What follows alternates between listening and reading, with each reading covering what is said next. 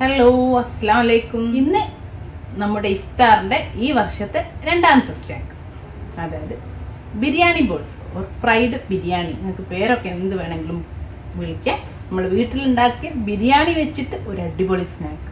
നെയ്ച്ചോറായാലും കുഴപ്പമില്ല, നെയ്ച്ചോറാണെങ്കിലും മതി. നമുക്കൊരു ഈ സ്നാക്ക് ഉണ്ടാക്കാം. സിമ്പിളാണ്. ചെമ്മീൻ വെച്ചിട്ടാണ് ചെയ്യുന്നത്. ചിക്കൻ ആയാലും കുഴപ്പമില്ല. ഇനി വെജിറ്റബിൾ ആണെങ്കിൽ കുറച്ച് വെജിറ്റബിൾ ആഡ് ചെയ്തിട്ടും ചെയ്യാം. അപ്പം നമുക്ക് എങ്ങനെ ചെയ്യാൻ നോക്കാം. 2 കപ്പ് നെയ്ച്ചോറ് എടുത്ത് വെച്ചിട്ടുണ്ട്. നിങ്ങൾക്ക് ഇതിന് പകരം നമ്മൾ ദം ചെയ്ത് ഇപ്പോൾ ഉച്ചയ്ക്ക് ബിരിയാണി ഉണ്ടാക്കിയിട്ട് ആ ദമ്മൊക്കെ ചെയ്ത് ബിരിയാണി ബാക്കി ഉണ്ടെങ്കിൽ അതങ്ങ് എടുത്താൽ മതി. പിന്നെ വേറെ ഒന്നും ചെയ്യണ്ട കേട്ടോ.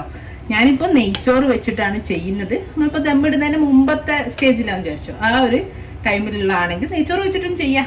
വിട്ട് നിൽക്കുന്ന നെയ്ച്ചോറല്ല കേട്ടോ. അങ്ങനത്തെ ആണെങ്കിൽ ഒത്തിരി കൂടി ചുടുവെള്ളം ഒഴിച്ചിട്ട് ഒന്നൊന്ന് വേവിച്ചെടുക്കണം. കണ്ടോ, ഒന്ന് ഓക്കെയാണ്. പക്ഷെ കുറച്ചൊരു നെയ്യൊക്കെ ഉള്ള നല്ല ഒന്ന് വെന്ത നെയ്ച്ചോറ്. അതിലേക്ക് ഇതാ ഒരു 1/2 ഉള്ളി പൊരിച്ചത്. നമ്മൾ ദമ്മിലിടുന്ന കാര്യങ്ങൾ തന്നെ ഇടാൻ പോകും. അതാ ഞാൻ പറഞ്ഞത്, ദമ്മിലിട്ട് കഴിഞ്ഞിട്ടുള്ള ബിരിയാണി റൈസ് ആണ്. പിന്നെ ഈ ഉള്ളി ഒന്നും ഇടേണ്ട ആവശ്യമില്ല. മസാല ഇടണല്ലോ, ഇപ്പോഴല്ലേ ബിരിയാണി ആവുള്ളൂ. ഞാനിതാ ചെമ്മീൻ റോസ്റ്റ് ചെയ്തിട്ടുണ്ടായിരുന്നേ. അപ്പോൾ പീസാക്കിയിട്ടാണ് അതിന്ന് ഒരു 8-9 പീസ്, അതായത് ഒരു 5 ചെമ്മീൻ റോസ്റ്റ് ചെയ്തതാണ്. അപ്പം നിങ്ങൾക്ക് ചിക്കൻ എടുക്കാം. ഇനിയിപ്പോൾ നമ്മൾ ബിരിയാണി മസാലയിലുള്ള ചിക്കനാണ്, അതൊന്ന് കുഞ്ഞ് പീസാക്കിയിട്ട് ഇട്ടാൽ മതി. കുറച്ചൊരു മസാല കൂടെ കൂടിയിട്ട് ഇങ്ങനെയൊക്കെ ചെയ്യാം. പിന്നെ ഇതാ മല്ലിയില, ഒരു ഇത്തിരി മല്ലിയില. പിന്നെ നമ്മൾ ദമ്മിലിടുന്ന ബിരിയാണി മസാല ഒരു 1/4 ടീസ്പൂണ് ഇതിൻ്റെ കൂടെ ഒന്ന് ഇട്ട്. ഇനിയിപ്പോൾ ഇതിൻ്റെ കൂടെ നിങ്ങൾക്ക്, ഞാനിപ്പോൾ ഇടുന്നില്ല, നിങ്ങൾക്ക് അണ്ടിപ്പരിപ്പ് വറുത്തതൊന്ന് മുറിച്ചിട്ടിട്ടാ ഒരു കടിക്ക് വേണമെങ്കിൽ, അല്ലെങ്കിൽ പൈനാപ്പിൾ കട്ട് ചെയ്തിട്ടിട്ടാ. അത് നല്ല ടേസ്റ്റ് കേട്ടോ. പക്ഷെ പൈനാപ്പിൾ ഉപ്പൻ്റെ അടുത്തില്ല, അതുകൊണ്ട് ഞാൻ ചേർക്കുന്നില്ല. പൈനാപ്പിൾ ഉണ്ടെങ്കിൽ നിങ്ങൾ ചേർത്തോളൂ. അപ്പം അതിൻ്റെ ഇടക്ക് കടിക്കുമ്പോൾ നല്ലൊരു ടേസ്റ്റ് ആയിരിക്കും. ഇനി നമുക്കിതൊന്ന് മിക്സ് ചെയ്യാം. നന്നായിട്ട് മിക്സ് ചെയ്തപ്പോൾ ശരിക്കും നമ്മളെ ബിരിയാണി, ഇതിപ്പോൾ ഞാൻ പറഞ്ഞല്ലോ ബിരിയാണി റൈസ് ആണെങ്കിൽ, നിങ്ങൾ ദമ്മിട്ട ബിരിയാണി റൈസ് പൊട്ടിച്ച് ബാക്കിയുള്ള ചോറാണെങ്കിൽ അതിൻ്റെ ആ ചോറ് ഒന്നും കൂടെ ഒന്ന് വേവിച്ച് ഒന്നതാക്കിയെടുക്കും. നമുക്കിത് ഉരുട്ടിയെടുക്കണേ.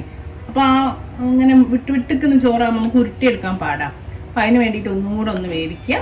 ഒന്നൊന്ന് ചൂടാക്കിയാൽ ചൂടോടാകുമ്പോൾ പെട്ടെന്നാവും ചെയ്യും. പിന്നെ അതിലേക്ക് നമുക്ക് മസാല മിക്സ് ചെയ്താൽ മാത്രം മതിയേ. അപ്പോൾ കണ്ടോ, ഇനി നമുക്കിത് ചെറിയ ചെറിയ ബോൾസ് ആക്കി മാറ്റണം. അതിന് കയ്യിലാദ്യം കുറച്ച് നെയ്യ് തടവി കൊടുക്കുക.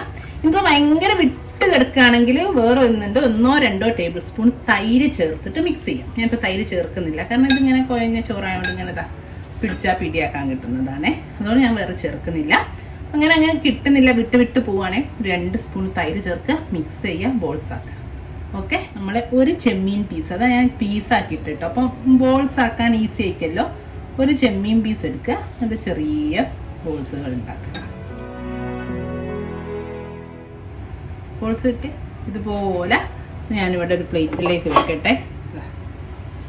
ഇതുപോലെ എല്ലാം ആക്കി എടുക്കട്ടെ. കുഞ്ഞു ചെറുനാരങ്ങ വലുപ്പത്തിലുള്ള ബോൾസ് ഒക്കെ ഇവിടെ റെഡി ആട്ടോ.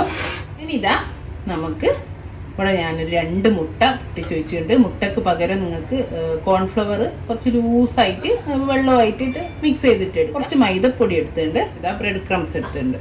ഇനി നമുക്ക് നമ്മളെ ബോൾസ് എടുത്തിട്ട് ആദ്യം മൈദപ്പൊടിയിലൊക്കെ ഒന്ന് കോട്ട് ചെയ്ത് വെക്കാം, എല്ലാ ബോൾസും കേട്ടോ.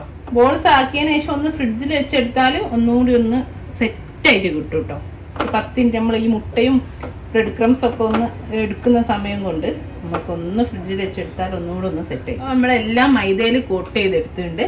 ഇനി സാധാരണ കട്ട്ലേറ്റ് ഒക്കെ ചെയ്യും പോലെ ഒന്ന് മുട്ടയിൽ കോട്ട് ചെയ്യുന്നു, ബ്രെഡ് ക്രംസിലിടുന്നു, മുട്ടയിൽ കോട്ട് ചെയ്യുന്നു, ബ്രെഡ് ക്രംസ് കോട്ട് ചെയ്യുന്ന. കണ്ടോ, അടിപൊളി ബിരിയാണി ബോൾസ്. ഇപ്പൊ കണ്ടോ, നമ്മളെല്ലാ ബിരിയാണി ബോൾസും ഇവിടെ റെഡിയാണ്. ഫ്രൈ ചെയ്യാൻ വേണ്ടിയിട്ട് ഇനി നമുക്ക് ഫ്രൈ ചെയ്തെടുക്കാം. ഇവിടെ പൊരിക്കാൻ വേണ്ടിയിട്ട് ഞാൻ ഓയിൽ ചൂടാകാൻ വെച്ചിട്ടുണ്ട്. ഇനി ഒന്ന് നന്നായിട്ട് ചൂടായിക്കോട്ടെ. അധികം ചൂടും ആവണ്ട, എന്നാൽ തീരെ ചൂട് കുറഞ്ഞും പോണ്ട. കാരണം വെണ്ട് കീറിയോണം ആ ബ്രെഡ് ക്രംസ് ഒക്കെ അങ്ങ് പൊരിഞ്ഞു പോകും. അപ്പോൾ ഒരു മീഡിയം ടു ഹൈ ഫ്ലെയിമിലിട്ടിട്ട് പെട്ടെന്ന് പൊരിച്ചു പോരാം. കാരണം എന്താ വെച്ചാൽ ഉള്ളിലുള്ളൊക്കെ വെന്തതല്ലേ, ആകാ പുറമുള്ള കോട്ടിങ് മാത്രമല്ലേ ഉള്ളൂ. ഓക്കെ, അപ്പം നമ്മുടെ എണ്ണ ഒക്കെ നന്നായിട്ട് ഇന്ന് ചൂടായിട്ട് നമുക്ക് ഓരോ ബോൾസുകളായിട്ട് ഇട്ടുകൊടുക്കാം. അധികം നിറയെ ഇടരുത്, ഒരു 4-5 എണ്ണം ഇട്ടിട്ട് ബാക്കി അടുത്ത സ്റ്റെപ്പ് ആക്കിയിട്ട് ഇട്ട് കൊടുക്കാം. ഇട്ട പാടെ തന്നെ ഇളക്കരുത് കേട്ടോ. പിന്നെ ഒന്ന് ആയിട്ട് കണ്ടോ, ഞാൻ ഒന്ന് തിരിച്ചു നോക്കി, അപ്പോൾ ആ ഭാഗം ആയിട്ടുണ്ട് കണ്ടോ. എന്നിട്ട് മാത്രം ഒന്ന് തിരിച്ചിട്ടേ ചെയ്യാതെ എല്ലാം ഒന്ന് തിരിച്ചിട്ട് കൊടുക്കാം. നിറയെ ഇട്ട് നമുക്ക് ഈസി ആയിട്ട് ഇതുപോലെ ചെയ്യാൻ പറ്റൂല കേട്ടോ. അതുകൊണ്ട് ഞാൻ പറഞ്ഞ കുറേശ്ശെ ഇട്ടിട്ട് പൊട്ടിച്ചെടുക്കാം. ഇനി മറ്റേ ഭാഗം കൂടി പെട്ടെന്നാവും. മറ്റേം കൂടെ ആയാൽ നമുക്ക് കോരിയെടുക്കാം. നമ്മളെല്ലാ ബിരിയാണി ബോൾസും ഇവിടെ റെഡിയാണ് ആയതിട്ടുണ്ട്. ആദ്യം ഇപ്പം നമ്മൾ ഇട്ടതെല്ലാം റെഡിയാണ്. ഒരു സ്റ്റെയിനറിലേക്ക് ഇട്ട് വെക്കും. പെട്ടെന്ന് തന്നെ ആവും, പെട്ടെന്ന് കണ്ടില്ല, നല്ല ക്രിസ്പിയാണ്. ഇനി ബാക്കി കൂടെ പൊരിച്ചെടുക്കട്ടെ. അപ്പോൾ കണ്ടല്ലോ, ഇത്രേ ഉള്ളൂ, സിമ്പിളാണ്. അല്ല ചട്ടിനി ഇങ്ങനെ തന്നെയും കഴിക്കാം, ചട്ടിനിയോ നിങ്ങൾക്ക് കെച്ചപ്പോ മയണൈസോ എന്ത് ഡിപ്പ് വേണമെങ്കിലും ഉപയോഗിച്ചിട്ട് കഴിക്കാം. ഓക്കെ, ഞാനിപ്പോൾ കുറച്ച് ഗ്രീൻ ചട്ടിനി, മിൻറ്റ് ചട്ടിനി ഉണ്ട് എൻ്റെ അടുത്ത്, അത് വെച്ചിട്ടാണ് കഴിക്കുന്നത്. ഇൻഷാ അല്ലാഹ് നല്ല റെസിപ്പി ആയിട്ട് നമുക്ക് വീണ്ടും കാണാം. Thank you.